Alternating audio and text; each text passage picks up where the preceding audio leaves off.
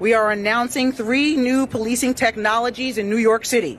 The K5 autonomous security robot, the Spot DigiDog robot, and the Star Chase GPS attachment system.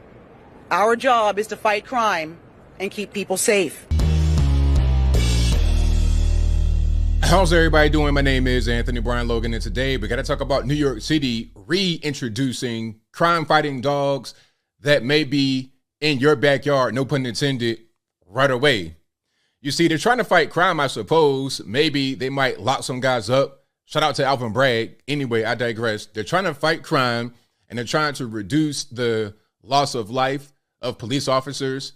They're trying to reduce the injuries to police officers, so they're using robotic dogs. They're going to use them in high-stress situations, hostage, bombs, whatever. They're going to use these dogs. Now, I don't know about y'all, but I'm getting RoboCop vibes. I'm getting Terminator vibes. And then if you put an AI chip in their head, man, you got the Matrix. They're going to put us in the pods. I'm exaggerating, hopefully. But before I go any further, let's roll a clip. If you want to see this clip in full without my commentary, link, as always, will be in the description box. If you're on IG, visit the link in the bio and go to the corresponding article on the website. But without further ado, let's go ahead and roll it. First, there is DigiDog, sniffing out danger. Hold on, before we even continue, is a dog dancing? Is it getting sturdy, as they say in New York City, or am I just seeing things? Let's continue. First, there is DigiDog, sniffing out danger. Then there's the GPS Dart, tracking cars driven by people up to no good. And you might run into this roundish robot, keeping an eye on places like Times Square. We want the public to know that the roundish robot, they call it SnitchBot. So if you're out there, you want to shoot heroin, smoke crack, maybe they're going to report you if that's still a thing in New York City. I'm not really sure what they're going to report. Again, shout out to Alvin Bragg. Let's get some actual penalties for lawbreakers in the city to actually reduce crime. Use of these technologies will be transparent, consistent, and always done in collaboration with the people that we serve. The NYPD showcasing 3 new tools that will be rolled out in the coming months. Pilot programs, the department says, linking cops with new technology, especially during extreme situations. In hostage negotiations, counterterrorism incidents, and other situations as needed. DigiDog was originally launched during the de Blasio administration, but the program was suspended. Civil rights activists said it was an example of over-aggressive policing. Today, Mayor Adams barked back at those complaints. Okay, I see what you did there. Great pun. DigiDog is out of the pound. DigiDog is now part of the toolkit that we are using. Similar robots have been used in places like airports and college campuses, cameras and two-way communications, connecting police with people who need help. The GPS Dart, already in use, launched in some cases at so-called ghost cars, illegal rides using phony paper license plates. And while we're doing this, it allows our officers to stay safe, limit pursuits, and let the GPS do its job. So who pays for all this stuff? Well, police say $750,000 for 2 dogs comes from forfeiture money. Additional funds from the capital budget. The mayor took a bite at reporters asking specific money questions. This is an investment in our public safety. The new recruits start popping up this summer. In Times Square, Gus Rosendale, News 4 New York.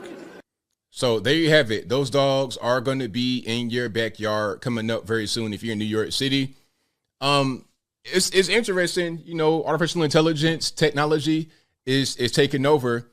I think if they're going to actually fight crime, then I'm all for it. If they're going to fight crime. Now, I could see these things being abused, especially the SnitchBot. Remember the roundish robot is going to be in Times Square.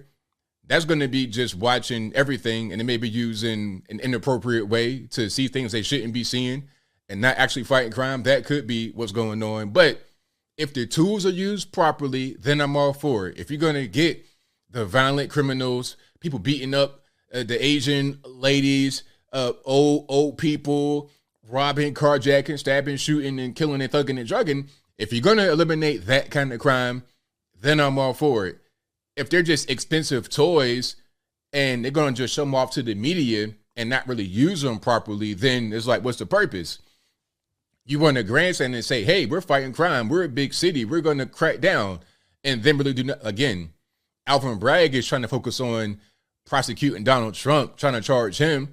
But in his first year of being the DA in New York City, a lot of your violent crime statistics went up 25%, 30%.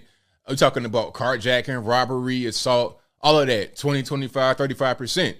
So if you're able to get those numbers back down and keep violent criminals in the penitentiary and actually hold them rather than saying, hey, you know what?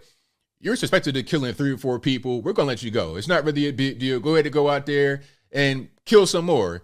And when you kill some more, come on back and we'll do the same thing again. We'll process you, fingerprint you, and let you out.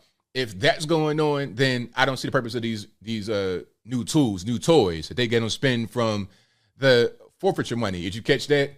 I spoke about that in the previous video where I was saying the footballer Akhraf Hakimi was very smart to keep all of his assets over here in his mama's name. Shout out to the big timers Cash Money.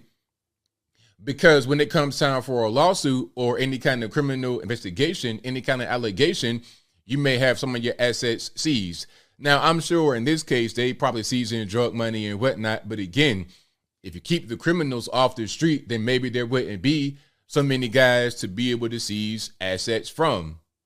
Very simple, but I think I'll leave that right there for now.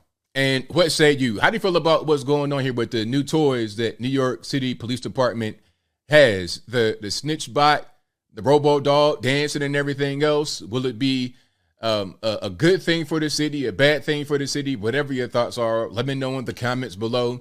You guys should know where I'm at. I think these are going to be good things and they can be used very well. You're talking about high stress environments, kidnapping, a bomb threat, something like that. They can be very good because you can reduce the loss of life or the risk of injury to officers. It can be very good that way, but they got to be used. They got to be used. And then when they are used and when the bad guys are captured, lock them up for real. No more slaps on the wrist. It's got to be a combination. It's got to be Eric Adams talking about we're going to be hard on crime, but his DA, Alvin Bragg, being on the same page with him. And if that's not going on, then it's all useless. But whatever your thoughts are, please let me know in the comments below. And that's all I got to say for this video. If you like what you heard, please comment, rate, share, and subscribe. Peace.